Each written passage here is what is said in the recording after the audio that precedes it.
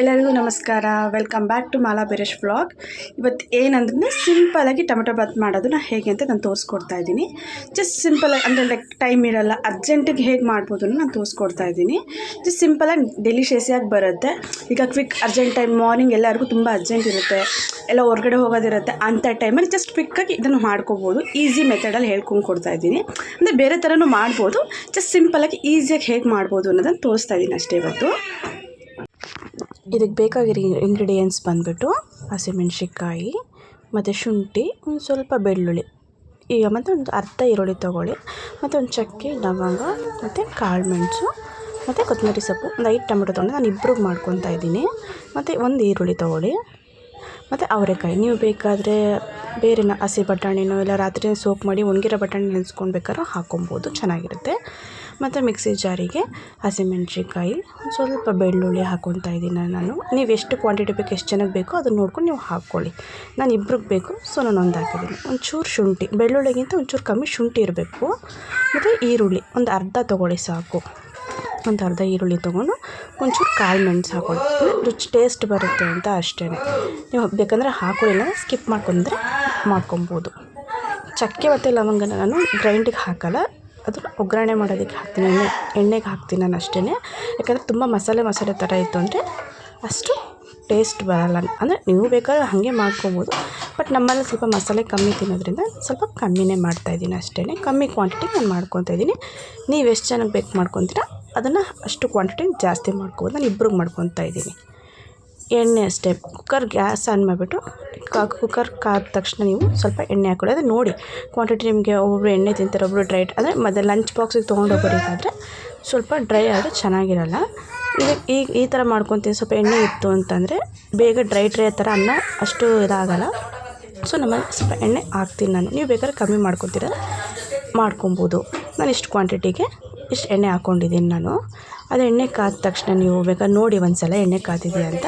ಕಾದ್ಮೇಲೆ ಈ ಚಕ್ಕೆ ಲವಂಗ ಅಂತ ಏನು ಇಟ್ಕೊಂಡಿರ್ತೀರಲ್ವ ಅದನ್ನು ಹಾಕ್ಕೊಳ್ಳಿ. ಒಬ್ಬರು ಪಲಾವ್ ಎಲೆ ಇದೆಲ್ಲ ಹಾಕ್ಕೊತಾರೆ, ಬಟ್ ನಾನು ತುಂಬ ಮಸಾಲೆ ಥರ ಇರುತ್ತೆ, ಸೊ ನಾನು ಹಾಕೋಕ್ಕೆ ಹೋಗಲ್ಲ. ನಾನು ಇಷ್ಟೇ ಹಾಕೋದು ಇಂಗ್ರೀಡಿಯೆಂಟ್ಸು. ನೀವು ಬೇಕಾದರೆ ಹಾಕ್ಕೊಳ್ಳಿ, ಇಲ್ಲಾಂದರೆ ಸ್ಕಿಪ್ ಮಾಡ್ಕೊಳ್ಳಿ. ಮತ್ತು ಆನಿಯನ್ ಅಷ್ಟೇ ಸ್ವಲ್ಪ ಸ್ಲೈಸಾಗಿ ಕಟ್ ಮಾಡ್ಕೊಳ್ಳಿ. ಸ್ವಲ್ಪ ಫ್ರೈ ಮಾಡಿ ನೀಟಾಗಿ. ಅಂದರೆ ಒಬ್ಬರು ಸ್ವಲ್ಪ ಒಂದು 5 ಮಿನಿಟ್ಸ್ ಆದ ತಕ್ಷಣ ಇದು ಮಾಡಿಬಿಡಿ. ಅಟ್ಲೀಸ್ಟ್ ಒಂಚೂರು ರೆಡ್ಡಿಶ್ ಮೆರೂನಿಶ್ ಇದು ಟರ್ನ್ ಆಗೋರು, ಕಲರ್ ಟರ್ನ್ ಆಗೋರು ನೀಟಾಗಿ ಫ್ರೈ ಮಾಡ್ಕೊಳ್ಳಿ ಎಣ್ಣೆನ ಆದಷ್ಟು. ಆಗ ನಿಮಗೆ ಟೇಸ್ಟ್ ವೈಸ್ ಚೆನ್ನಾಗಿ ಬರುತ್ತೆ. ಆಮೇಲೆ ಸ್ವಲ್ಪ ಇದು ಮಾಡ್ಕೊಳ್ಳಿ, ಅದು ಎಣ್ಣೆ ಒಂದು ಅಟ್ಲೀಸ್ಟ್ ಒಂದು 5 ಮಿನಿಟ್ಸ್ ಆದರೂ ಚೆನ್ನಾಗಿ ಫ್ರೈ ಆಗಬೇಕು.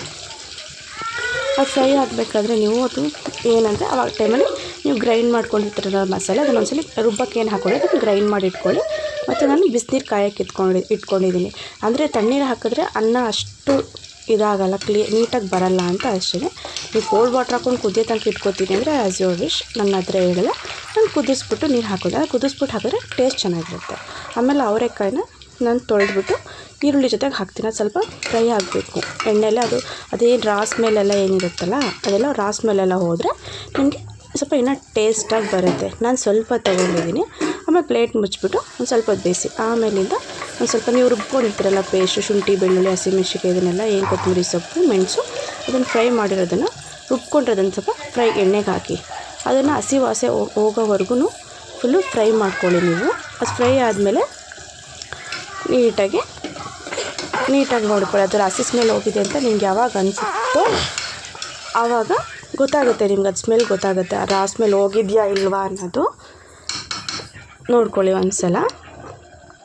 ಅದಾದಮೇಲೆ ನಾನು ಟೊಮೊಟೊ ಹಾಕ್ತಾಯಿದ್ದೀನಿ. ಸ್ವಲ್ಪ ಆದಷ್ಟು ಹಣ್ಣು ಟೊಮೊಟೊಗಳನ್ನೇ ಹಾಕ್ಕೊಳ್ಳಿ.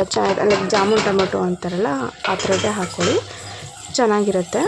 ಅದು ಫುಲ್ಲು ನೀಟಾಗಿ ಫ್ರೈ ಮಾಡಿ, ಅಂದರೆ ಅದು ಫುಲ್ಲು ಮರ್ಜಾಗಿರಬೇಕು ಟೊಮೆಟೊ. ಅಂದರೆ ಕಾಯಿ ಥರ ಹಿಂಗೆ ಇದ್ದರೆ ಅಷ್ಟು ಟೇಸ್ಟ್ ಬರೋಲ್ಲ, ಅದು ರೈಸ್ ಜೊತೆ ನೀಟಾಗಿ ಮಿಕ್ಸ್ ಆಗೋಲ್ಲ. ಅದೆಲ್ಲ ಹಾಕ್ಬಿಟ್ಟು ಸ್ವಲ್ಪ ಒಂದು ಅಟ್ಲೀಸ್ಟ್ ಒಂದು 10 ಮಿನಿಟ್ಸ್ ಅದನ್ನು ಪ್ಲೇಟ್ ಮುಚ್ಚಿಬಿಟ್ಟು ನೀಟಾಗಿ ಅದು ಬೇಯಿಸಿ ನೀವು. ಅವಾಗೆಲ್ಲ ಒಂದು ಸ್ವಲ್ಪ ಹಣ್ಣು ಪೂರ್ತಿ ಇದಾದಮೇಲೆ ಮಜ್ ಥರ ಆದಮೇಲೆ ನಿಮ್ಗೆ ಸ್ವಲ್ಪ ಗೊತ್ತಾಗುತ್ತೆ ಹೇಗೆ ಅದು ಹಸಿ ವಾಸನೆ ಹೋದರೆ ನಿಮಗೆ ಗೊತ್ತಾಗುತ್ತೆ ಹೇಗಾಗಿದೆ ಅನ್ನೋದು. ಅದಾದಮೇಲೆ ಒಂದು 10 ಮಿನಿಟ್ಸ್ ಫ್ರೈ ಮಾಡಿ ಅದು ನೀಟಾಗಿ ಪ್ಲೇಟ್ ಮುಚ್ಚಿಬಿಟ್ಟು. ಅದು ಫ್ರೈ ಆದಮೇಲೆ ಫ್ರೈಯನ್ನು ಒಂದು 5 ನಿಮಿಷ ಫ್ರೈ ಆಗೋದಕ್ಕೆ ಒಂದು 5 ನಿಮಿಷ ಪ್ಲೇಟ್ ಮುಚ್ಕೊಳ್ಳಿ. ಅಕ್ಕಿ ತೊಳೆದಿಟ್ಕೊಂಡ್ರೆ ಈ ಥರ ಫ್ರೈ ಆಗಬೇಕು. ಅದು ಈ ಥರ ಫ್ರೈ ಆದಮೇಲೆ ಗೊತ್ತಾಗುತ್ತೆ ನಿಮಗೆಲ್ಲ. ಈ ಥರ ಫ್ರೈ ಆದಮೇಲೆ ಸ್ವಲ್ಪ ಅಕ್ಕಿ ಹಾಕ್ಕೊಳ್ಳಿ ನೀವು ಇದಕ್ಕೆ. ನೋಡಿ ಇಷ್ಟು ಫ್ರೈ ಆಗಿರಬೇಕು. ಆ್ಯಕ್ಚುಲಿ ಸ್ವಲ್ಪ ಬ್ಲರ್ರಾಗಿ ಬರ್ತಾಯಿದೆ. ಫ್ರೈ ಆದಮೇಲೆ ಅಕ್ಕಿ ಹಾಕ್ಕೊಳ್ಳಿ. ಅಕ್ಕಿ ಕ್ಲೀನ್ ಮಾಡಿಬಿಟ್ಟು ನಾನು ಇಟ್ಕೊಂಡಿದ್ದೀನಿ. ಅಕ್ಕಿ ಹಾಕ್ಬಿಟ್ಟು ಒಂದು ಸ್ವಲ್ಪ ತಿರುಗಿಸಿ, ಅದನ್ನು ತಿರುಗಿಸ್ಬಿಟ್ಟು ನೀಟಾಗಿ ಮಸಾಲೆ ಎಲ್ಲ ಹೊಂದ್ಕೊಳ್ಳೋ ಥರ ಇದು ಮಾಡಬೇಕು. ಅದಾದಮೇಲೆ ಬಿಸಿನೀರು ಇಟ್ಟು ಕಾಯಿಸ್ಕೊಂಡಿದ್ದಲ್ಲ ಅದು ಹಾಕ್ಬಿಟ್ಟು ಒಂದು ಸ್ವಲ್ಪ ಹೊತ್ತು ಉಪ್ಪು ಹಾಕಿ, ಅದಕ್ಕೆ ರುಚಿ ತಕ್ಕಷ್ಟು ಎಷ್ಟು ಬೇಕೋ ಅಷ್ಟು ಉಪ್ಪು ಹಾಕ್ಕೊಳ್ಳಿ. ಅದು ಅಕ್ಕಿ ನೀರು ಕುದಿಯತ್ತವರೆಗೂ ಬಿಡಬೇಕು. ಅದು ನೀರು ಕುದಿಯೋಕ್ಕೆ ಮುಂಚೆನೇ ಹಾಕ್ಬಿಟ್ರೆ ಅಷ್ಟು ಅನ್ನ ನಿಮಗೆ ಉದುದ್ರಾಗಿ ಬರಲ್ಲ. ಬಿಸಿನೀರು ಇಟ್ಕೊಂಡು ಒಂದು ಸೈಡಲ್ಲಿ ಬಿಸಿನೀರು ಇಟ್ಕೊಂಡು ಅದನ್ನು ಹಾಕ್ಬಿಟ್ಟು ಅದು ಅಟ್ಲೀಸ್ಟ್ ಒಂದು ಕುದಿ ಆದರೂ ಬರಬೇಕು. ಬೇಗ ಆಗುತ್ತೆ, ನಿಮಗೆ ಟೈಮು ಸೇವ್ ಆಗುತ್ತೆ ಕೂಡ. ಅದು ಆಮೇಲೆ ಒಂದು 5 ನಿಮಿಷ ಅದು ಎಲ್ಲ ಚೆನ್ನಾಗಿ ಕುದಿ ಬರ್ತಾಯಿದೆ, ಸ್ಮೆಲ್ ಬರ್ತಾಯಿದೆ, ಅದು ಅರೋಮ ಬರ್ತಾಯಿದೆ ಅಂತ ಅಂದಾಗ ನೀವು ಲಿಡ್ನ ಕ್ಲೋಸ್ ಮಾಡಿ. ಲಿಡ್ ಕ್ಲೋಸ್ ಮಾಡಿ ಒಂದ್ಸಲ ತಿರುಗಿಸ್ಬಿಟ್ಟು, ಯಾಕೆಂದ್ರೆ ತಳನೂ ಹಿಡಿಯಲ್ಲ ನಿಮಗೆ, ಮತ್ತು ಬಿಸಿನೀರು ಹಾಕೋದ್ರಿಂದ ಕ್ವಿಕ್ಕಾಗೂ ಆಗುತ್ತೆ, ಮತ್ತು ನಿಮಗೆ ಟೈಮ್ ಜಾಸ್ತಿ ತೊಗೊಳ್ಳೋದಿಲ್ಲ ಮಾಡೋದಕ್ಕೆ. ಈಸಿಯಾಗಿ ಇದನ್ನು ಮಾಡ್ಕೊಬೋದು. ಇನ್ನೊಂದ್ಸಲಿ ನಾನು ನಿಮ್ಗೆ ಬೇರೆ ಥರ ರೆಸಿಪಿ ಮಾಡಿ ಒಂದ್ಸಲಿ ಟೊಮೆಟೊ ಬಾತ್ನ ಇನ್ನೊಂದು ಥರ ಡಿಫ್ರೆಂಟಾಗಿ ಮಾಡ್ಬೋದು, ತೋರಿಸ್ತೀನಿ. ಬಟ್ ಇದನ್ನು ಒಂದ್ಸಲಿ ಟ್ರೈ ಮಾಡಿ, ತುಂಬಾ ಚೆನ್ನಾಗಿ ಬರುತ್ತೆ, ಡಿಲಿಷಿಯಸ್ಸಾಗಿ ಕೂಡ ಇರುತ್ತೆ, ಮತ್ತು ಈಸಿಯಾಗಿ ಮಾಡ್ಬೋದು. ಟೈಮ್ ಕೂಡ ಸೇವ್ ಆಗುತ್ತೆ ವರ್ಕಿಂಗ್ ವುಮೆನ್ಸ್ಗೆ, ಮತ್ತು ಟೈಮ್ ಬೇಗ ಅರ್ಲಿ ಮಾರ್ನಿಂಗ್ ಬೇಗ ಹೋಗೋರಿಗೆ ತುಂಬ ಈಸಿಯಾಗಿರುತ್ತೆ ಇದು ಮಾಡೋದಕ್ಕೆ. ಮತ್ತು ನಾನು ಇದನ್ನು 2 ವಿಷಲ್ ಬರೋ ತನಕ ವೆಯ್ಟ್ ಮಾಡಿ. ನೋಡಿ ವಿಷಲ್ ಬಂತು, ಈಗ ನೋಡಿ ಈಗಿದೆ. ಅದಾದಮೇಲೆ ಒಂದ್ಸಲಿ ತಿರುಗಿಸ್ಬಿಟ್ಟು ಒಂದು 5 ನಿಮಿಷ ನೀಟಾಗಿ ಪೂರ್ತಿ ತಿರುಗಿಸ್ಬಿಟ್ಟು ಲಿಡ್ನ ಮತ್ತೆ ಇನ್ನೊಂದು 5 ಮಿನಿಟ್ಸು ಲಿಡ್ನ ಕ್ಲೋಸ್ ಮಾಡಿ. ಆಮೇಲಿದೆ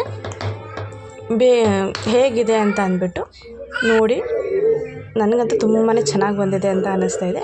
ನೀವು ಒಂದ್ಸಲ ಇದನ್ನು ಟ್ರೈ ಮಾಡಿ.